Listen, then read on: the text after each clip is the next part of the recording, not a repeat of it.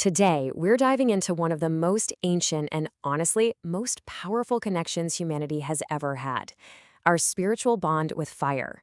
For literally thousands of years, fire has been so much more than just a tool. It's been seen as a symbol of the divine, a force for transformation, and even a mirror for what's going on inside our own minds.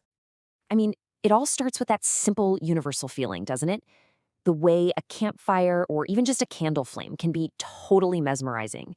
There's something so deeply human about just gazing into a flame.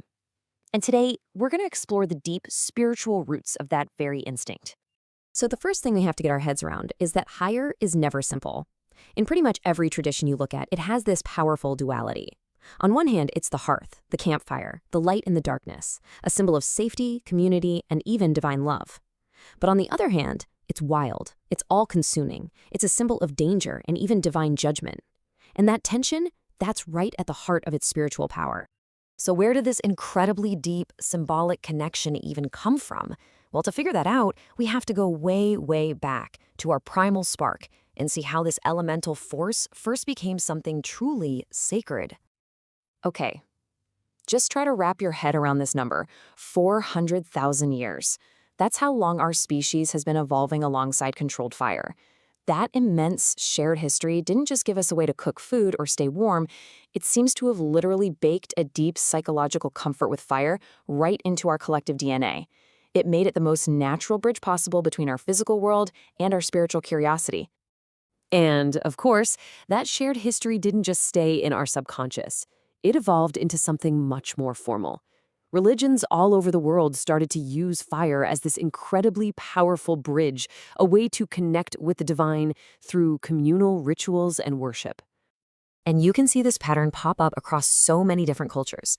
In Hinduism, the fire god Agni is seen as a divine messenger, literally carrying offerings up to the heavens. In Judaism, the Nur Tamid, the eternal light, is a constant symbol of God's presence.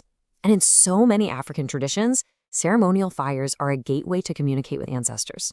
The rituals are all different, but the core idea, using fire to connect with the spiritual realm, is totally universal. In Christianity, the symbolism is just incredibly rich.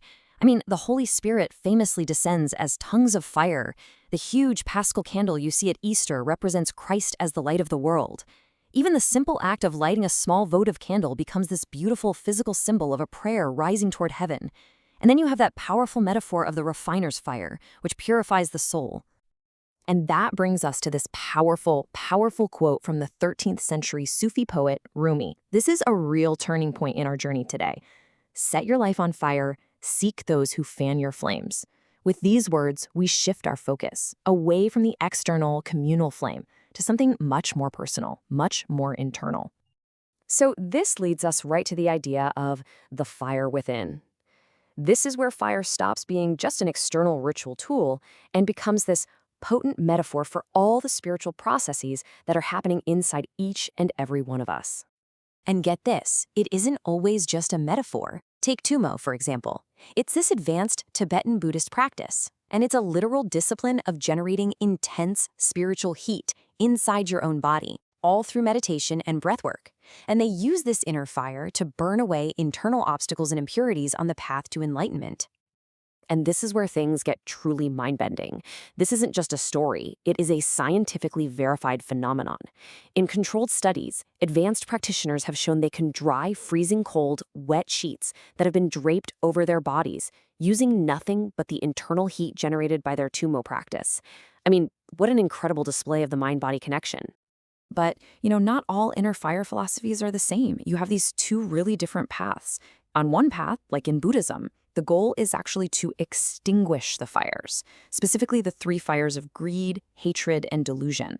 But on another path, like you see in Sufism, the goal is the opposite: to stoke the fire of divine love, using it to refine the soul, burning away impurities just like a goldsmith purifies gold. Two very different ways to think about inner transformation. Okay, so we've journeyed from ancient rituals all the way to internal spiritual practices. Now, let's bring it into the modern day. Let's look at what the science of the flame can tell us, what the biological basis for all this ancient wisdom might be. So it turns out our ancestors were onto something huge. Modern science is now proving what they knew intuitively for millennia. Simply gazing at a flame has real, measurable effects on our bodies. It triggers our parasympathetic nervous system, that's our rest and digest state, which actually lowers our blood pressure. And at the same time, it increases our alpha brainwaves. Those are the exact same brainwaves that are dominant during meditation. So that hypnotic, calming feeling, it's literally changing your biology. All right, we've covered a ton of ground, from our deep evolutionary past right up to modern neuroscience. So the big question is, how can we connect with this incredible power in our own modern lives? Let's talk about kindling your own fire. And you know what? It doesn't have to be complicated at all. Here's a super simple ritual anyone can do. First, set a clear intention. What do you want to achieve? Second, just practice being present with the flame. Really notice its color, the way it dances, its warmth.